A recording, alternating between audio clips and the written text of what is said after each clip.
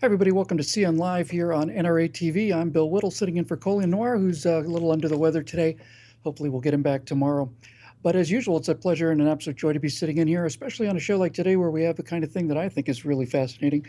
You know, a lot of people have their own weapons, but not many people really make their own weapons. Turns out the AR-15 is actually pretty good for that. It's got a lot of kind of good pieces, and we've got an expert here to talk about that, building your own AR-15 today. So let's start off with our friend Nate Schultz. Nate, are you there? I am, sir. It's good to see you. Good to see you too. Thanks for having me on. It's a Oh, big honor, big privilege to be here. our pleasure. I'll start with this, Nate. You know, I was down at a gun shop and we were looking at all the different kinds of ways you could customize an AR-15, and somebody said it's Barbie for boys. You know, there's like all these accessories and there's just different colors. We get the rails and all the stuff that comes in on it. What exactly does it entail to actually make your own AR-15 from parts? Is it something that a regular person can do? Absolutely, absolutely. When I built my very first AR-15, I had never done it before at all. My very first lower that I built was actually the video that I created on my YouTube channel. That's got all the views on my channel are from that specific video. And the fact that I was able to do it while also recording video really shows how simple it is. It's incredibly easy, and once you do it once, you're pretty much a professional after that, in my opinion. Well, it sure is a mean-looking weapon there. So basically, we've got essentially four parts, right? We've got the upper receiver, we've got the lower receiver, we've got the stock and the barrel. Is that about right, or did I miss something? No, that's about it. The upper consists of all the moving parts, Hmm. for mostly. And then the lower that's the lower, and a lot of people don't realize the lower is the piece that requires you to go to the FFL and That's right. fill out the ATF form to get all that stuff. But everything else can pretty much be shipped right to your house. So it's very easy and simple to do, and definitely something that anyone could do in their home legally. So it's great. Mhm. Well, for those of us that have AR-15s and we're a little more familiar with the weapon, we know most of us know how to take it apart, get the bolt cleaned, and pull the firing pin out and all the rest of it.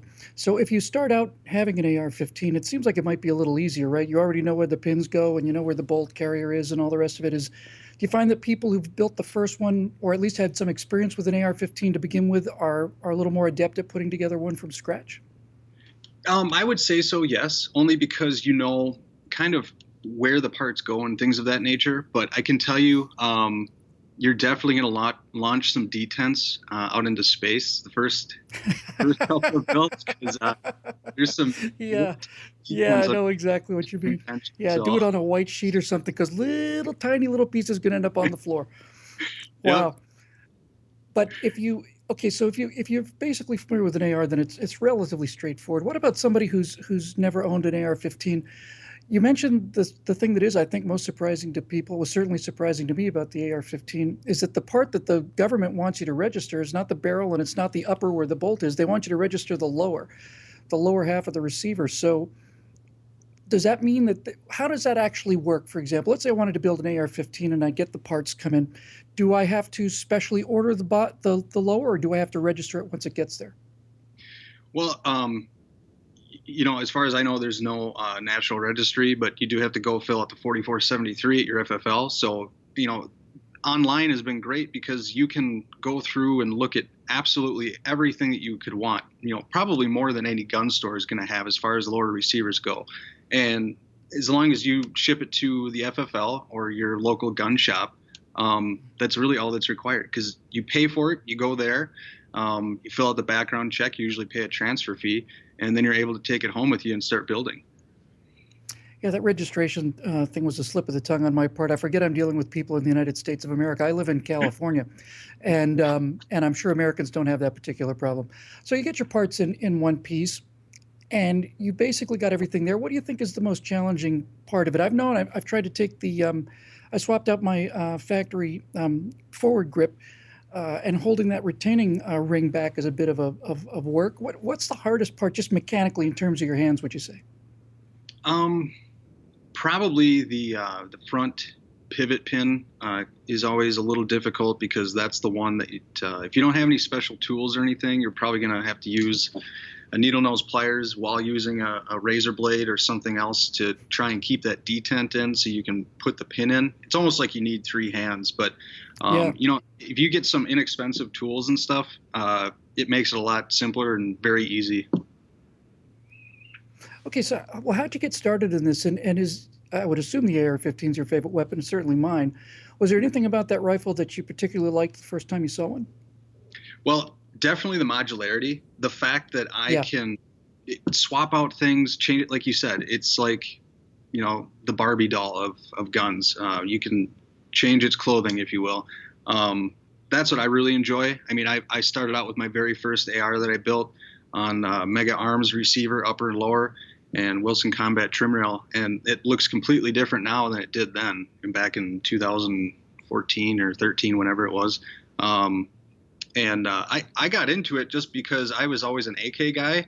But when it came around the time where I was like, you know, I may not be able to get one of these, then Yeah. that's when I started looking into it. And that's when I started. And then I totally fell in love with the platform.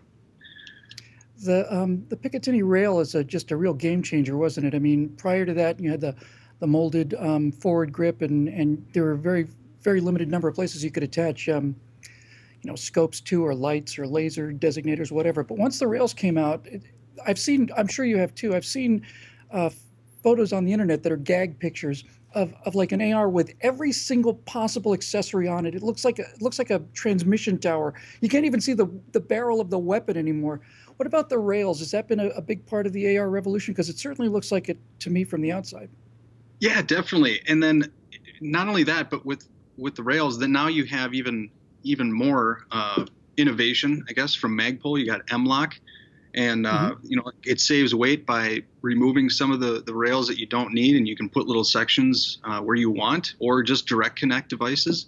You know, there's kind of been this battle between M-Lock and Keymod, and I believe M-Lock was just adapted with the military. I could be incorrect on that, but I'm pretty sure. And so I'm pretty sure they're going to be the ones that are going to succeed with that whole Blu-ray versus HD DVD battle. So, Yeah, but yeah, I got it.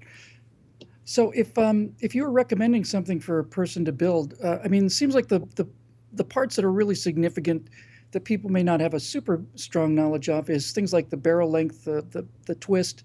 Do you have a particular recommendation for those for somebody who's starting out? And is there a particular difference between barrels that are able to take 223 and 556, or just the 556? as long as you get a barrel that's chambered in 5.56 and it's 16 inches or longer, you're absolutely good to go for shooting 5.56 or surplus ammunition, or 223. And 16 inches, not going to run into any issues as far as barrel length and it becoming an NFA item. Anything under 16 Hmm. inches, of course, makes it an NFA item. So,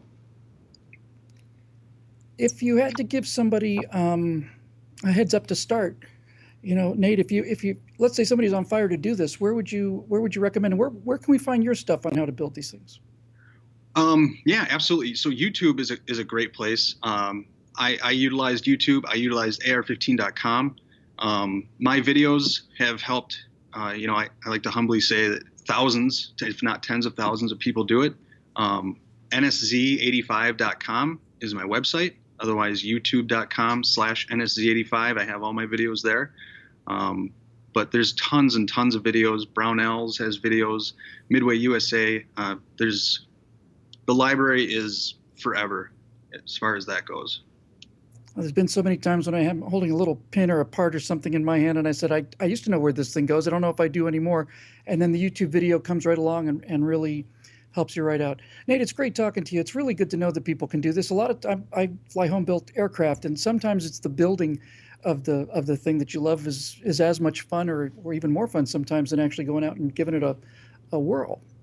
So thanks for Absolutely, joining it us. gives you such a pride and sense of Yeah, craftsmanship, and there's an art behind it too. You know, I mean, I don't know, I love it all over.